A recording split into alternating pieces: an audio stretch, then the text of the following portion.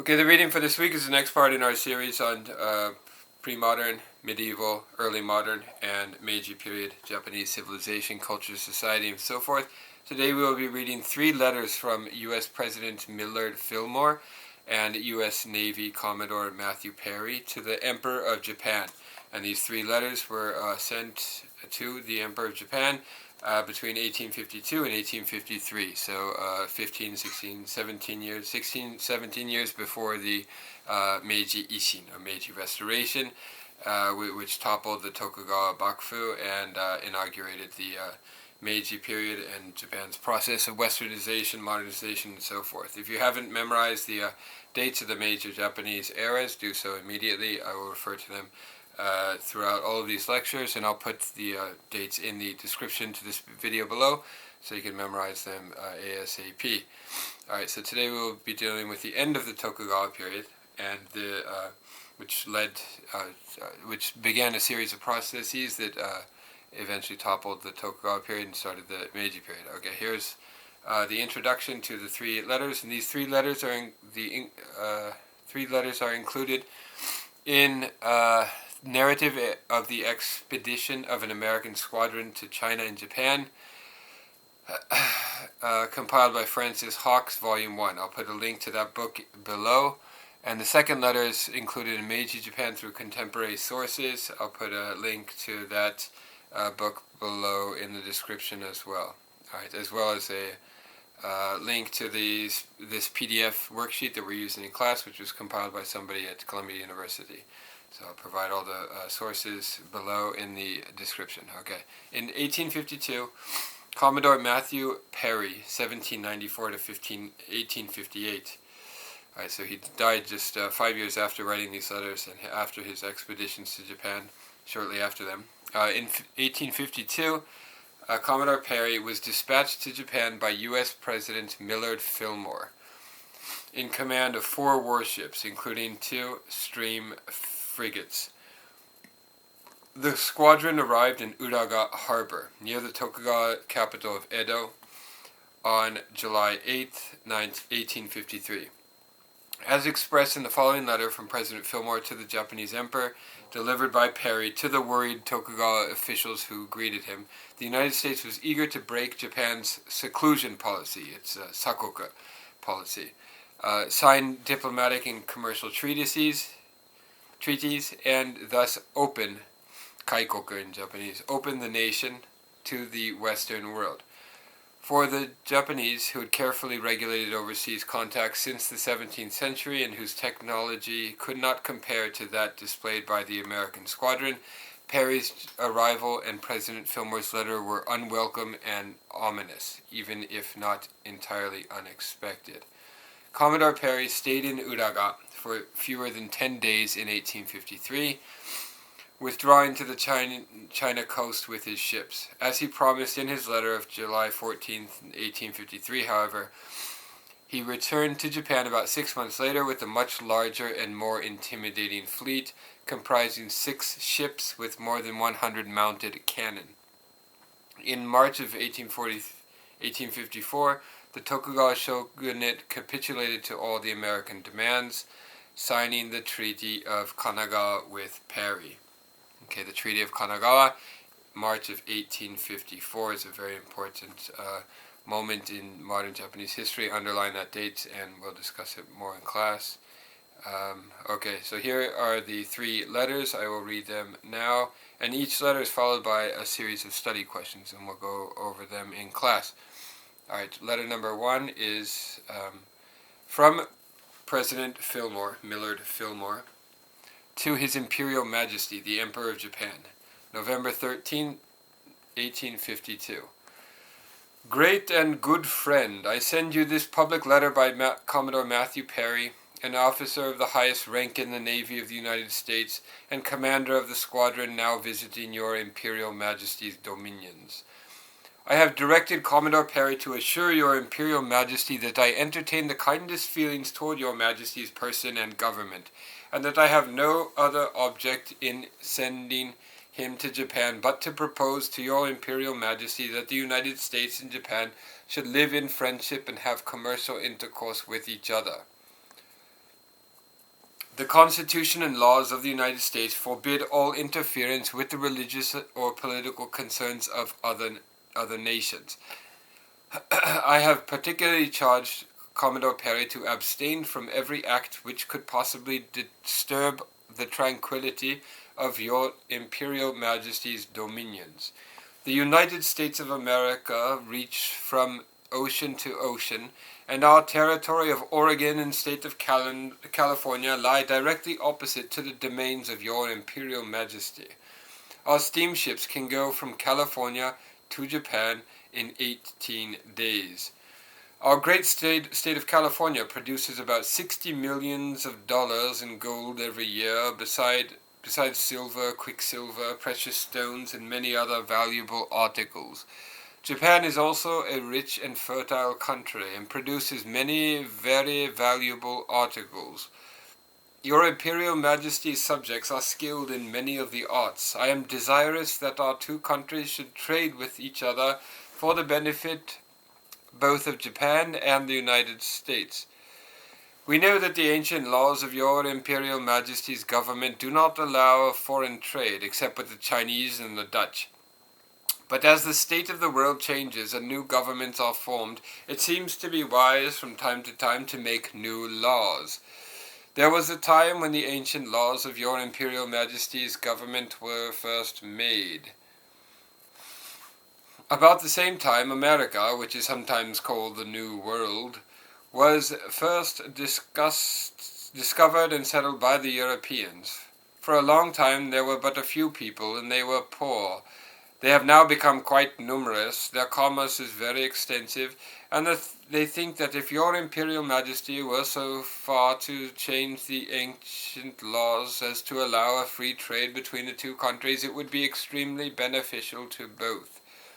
If your Imperial Majesty is not satisfied that it would be safe altogether to abrogate the ancient laws which forbade foreign trade, they might be suspended for 5 or 10 years. So as to try the experiment. If it does not prove as beneficial as was hoped, the ancient laws can be restored. The United States often limit their treaties with foreign states to a few years, and then renew them or not as they please. I have directed Commodore Perry to mention another thing to your Imperial Majesty. Many of our ships pass every year from California to China, and great numbers of our people pursue the whale fishery near the shores of Japan. It sometimes happens in stormy weather that one of our ships is wrecked on your Imperial Majesty's shores. In all such cases we ask and expect that our unfortunate people should be treated with kindness, and that their property should be protected, till we can send a vessel and bring them away. We are very much in earnest in this. Commodore Perry is also directed by me to represent to your Imperial Majesty that we understand there is a great abundance of coal and provisions in the Empire of Japan. Our steamships, in crossing the great ocean, burn a great deal of coal, and it is not convenient to bring it all the way from America. We wish that our steamships and other vessels should be allowed to stop in Japan and supply themselves with coal, provisions, and water. They will pay for them in money or anything else your Imperial Majesty's subjects may prefer, and we request your Imperial Majesty to appoint a convenient port in the southern part of the Empire where our vessels may stop for this purpose. We are very desirous of this. These are the only objects for which I have sent Commodore Perry with a powerful squadron.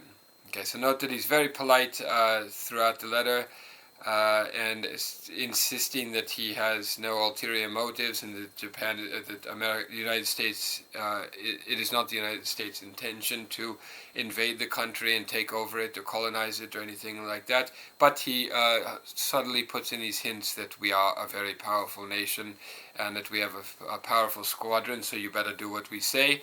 But he's still polite on the whole, and the letters get increasingly straightforward and increasingly belligerent as we go to the next two letters. Keep that in mind as we read these. Right? These are the only objects for which I have sent Commodore Perry with a powerful squadron to pay a visit to your Imperial Majesty's renowned city of Edo. friendship, commerce, a supply of coal and provisions, and protection for our shipwrecked people. We have directed Commodore Perry to beg your Imperial Majesty's acceptance of a few presents. They are of no great value in themselves, but some of them may serve as specimens of the articles manufactured in the United States, and they are intended as tokens of our sincere and respectful friendship. May the Almighty have your Imperial Majesty in his great and holy keeping. In witness thereof, I have caused the great seal of the United States to be hereunto affixed, and have subscribed the name with my name, at the city of Washington, in America, the seat of my government, on the 13th day of the month of November, in the year 1852. Seal attached. Your good friend, Millard Fillmore. By the President, Edward Everett, Secretary of State. Okay, that was the end of the first letter from Millard Fillmore, President of the United States of America, to His Imperial Majesty, the Emperor of Japan, 1852. So note that he doesn't send the letter to the Tokugawa shogun. He sends it instead to the Emperor. We can discuss why he does this in class. And here are the three questions regarding this first letter. Question number 1, how would you describe the tone of President Fillmore's letter? Okay. Question number 2. So the tone, as I mentioned, is very polite and ingratiating, but there's a kind of underlying threat that is kind of hinted at throughout the essay, a threatening tone as well. Question number 2. Why does the President mention that he has dispatched Perry with a powerful squadron? Yeah, that's an important detail that's inserted there deliberately into the letter. Why does he insert it there? Question 3, if you were the Emperor of Japan, how would you respond to this letter? Would you just tear it up and throw it away and burn it in the fire? Or would you take it seriously? How would you explain and justify the Japanese seclusion policy to President Fillmore? Okay, so if you were the Emperor of Japan, or even the shogun, how would you justify Japan's policy of sakoku that it had implemented almost 2 centuries ago? Okay, so here's the second letter. From Commodore Matthew Perry to His Imperial Majesty, the Emperor of Japan, July 7th, 1853. Okay, so this letter is not from President Fillmore himself, but from Commodore Perry. United States steam frigate Susquehanna off the coast of Japan. Okay, so they're off the coast of Japan, and he's sending this letter, 1853, to His Imperial Majesty the Emperor of Japan. The undersigned, Commander-in-Chief of all the naval forces of the United States of America stationed in the East India, China, and Japan seas, has been sent by his government of this country on a friendly mission, with ample powers to negotiate with the government of Japan, touching certain matters which have been fully set forth in the letter of the President of the United States, copies of which, together with copies of the letter of credence of the undersigned in the English, Dutch, and Chinese languages, are herewith transmitted. The original of the President's letter and of the letter of credence, prepared in a manner suited to the exalted station of your Imperial Majesty, will be presented by the undersigned in person, when it may please your Majesty to appoint a day for his reception. The undersigned has been commanded to state that the President entertains the most friendly feelings toward Japan, but has been surprised and grieved to learn that when any of the people of the United States go of their own accord, or are thrown by the perils of the sea within the dominations of your Imperial Majesty, they are treated as if they were your worst enemies. The undersigned refers to the cases of the American ships Morrison, Lagoda, and Lawrence. Okay, so the ship Morrison, the Morrison Go Jiken, is a famous incident in Japanese history, and it's this American ship Morrison that I think it crashed into the shores of somewhere in Kanagawa, somewhere in the people aboard the ship were treated very harshly. We'll have to look into the Morisongo Jiken later in class. With the Americans, as indeed with all Christian people, it is considered a sacred duty to receive with kindness and to succor and protect all of whatever nation who may be cast upon their shores, and such has been the course of the Americans with respect to all Japanese subjects who have fallen under their protection. The government of the United States desires to obtain from that of Japan some positive assurance that persons who may hereafter be shipwrecked on the coast of Japan or driven by stress of weather into her ports shall be treated with humanity. The undersigned is commanded to explain to the Japanese that the United States are connected with no governments in Europe, and that their laws do not interfere with the religion of their own citizens, much less with that of other nations. That they inhabit a great country which lies directly between Japan and Europe, and which was discovered by the nations of Europe about the same time that Japan herself was first visited by Europeans, that the portion of the American continent lying nearest to Europe was first settled by emigrants from that part of the world, that its population has rapidly spread throughout the country until it has reached the shores of the Pacific Ocean, that we have now large cities from which, with the aid of steam vessels, we can reach Japan in 18 or 20 days. So the tone is becoming increasingly threatening. That our commerce with all this region of the globe is rapidly increasing, and the Japan seas will soon be covered with our vessels. Therefore, as the United States and Japan are becoming every day nearer and nearer to each other, the President desires to live in peace and friendship with your Imperial Majesty, but no friendship can long exist unless Japan ceases to act toward Americans as if they were her enemies. However wise this policy may originally have been, it is unwise and impracticable now that the intercourse between the two countries is so much more easy and rapid than it formerly was. So the Tokugawa policy of sakoku, of seclusion, might have been fine in the 17th and 18th centuries, but it is no longer feasible or desirable now, is what he's saying here. The undersigned holds out that all these arguments in the hope that the Japanese government will see the necessity of averting unfriendly collision between the two nations by responding favorably to the propositions of amity, which are now made in all sincerity. So a subtle threat in that paragraph as well. Many of the large ships of war destined to visit Japan have not yet arrived in the seas, though they are hourly expected, and the undersigned, as an evidence of his friendly inventions, has brought but 4 of the smaller ones, designing, should it become necessary, to return to Edo in the ensuing spring with a much larger force. Okay, again, a not so subtle threat there. Should it become necessary to return to Edo in the ensuing spring with a much larger force. Underline that part.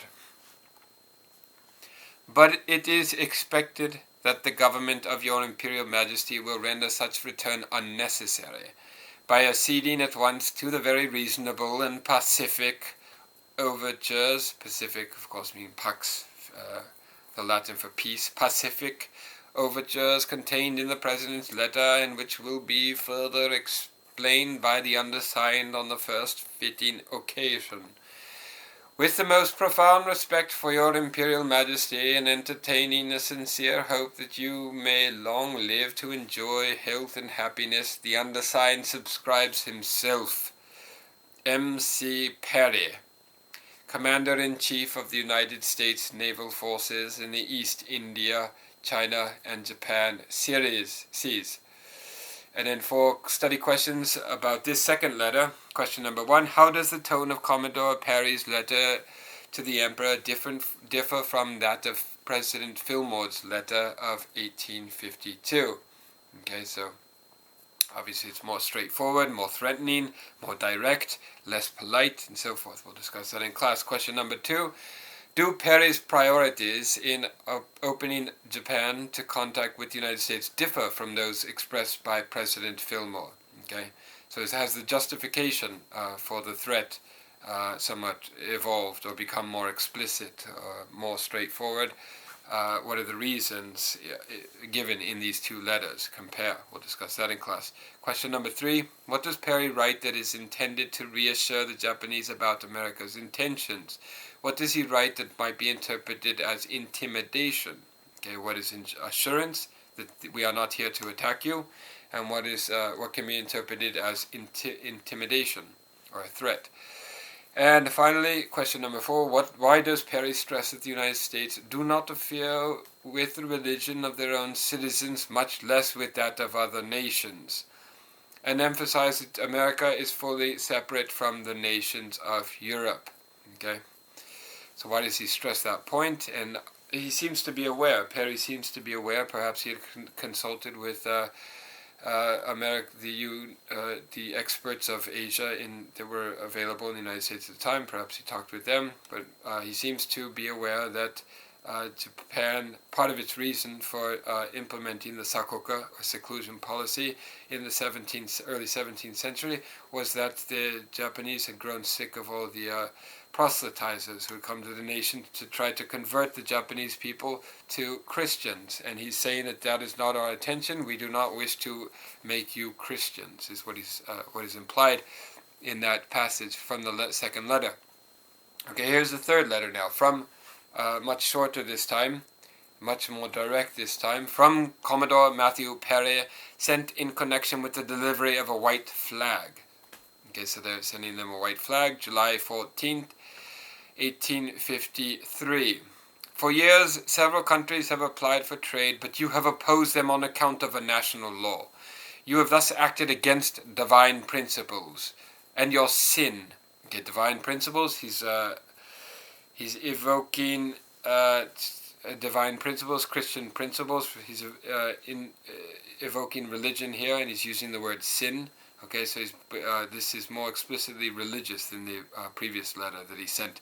You have thus acted against divine principles, and your sin cannot be greater than it is.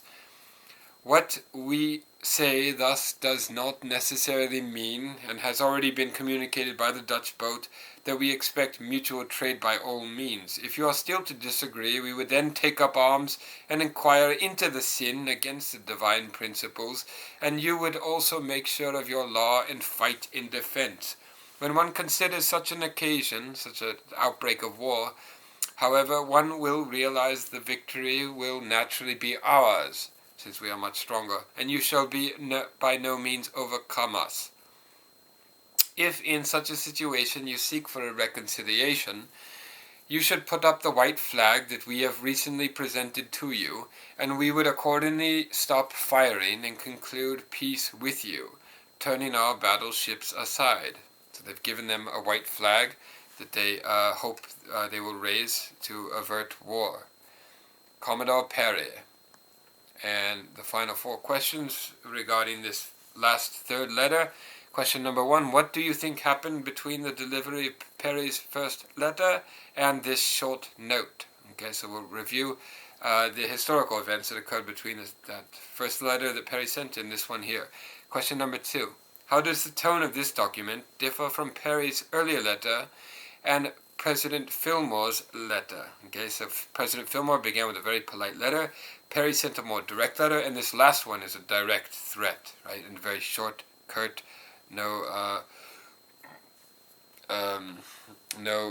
polite language and so forth. Question number 3, no niceties. Question number 3, what do you think the sin and divine principles that Perry writes of here are? Okay, so this is religious language. We'll look and see what language or what religion Perry was, but I assume he was a white WASP, sort of American Protestant, and he's using very Protestant language here.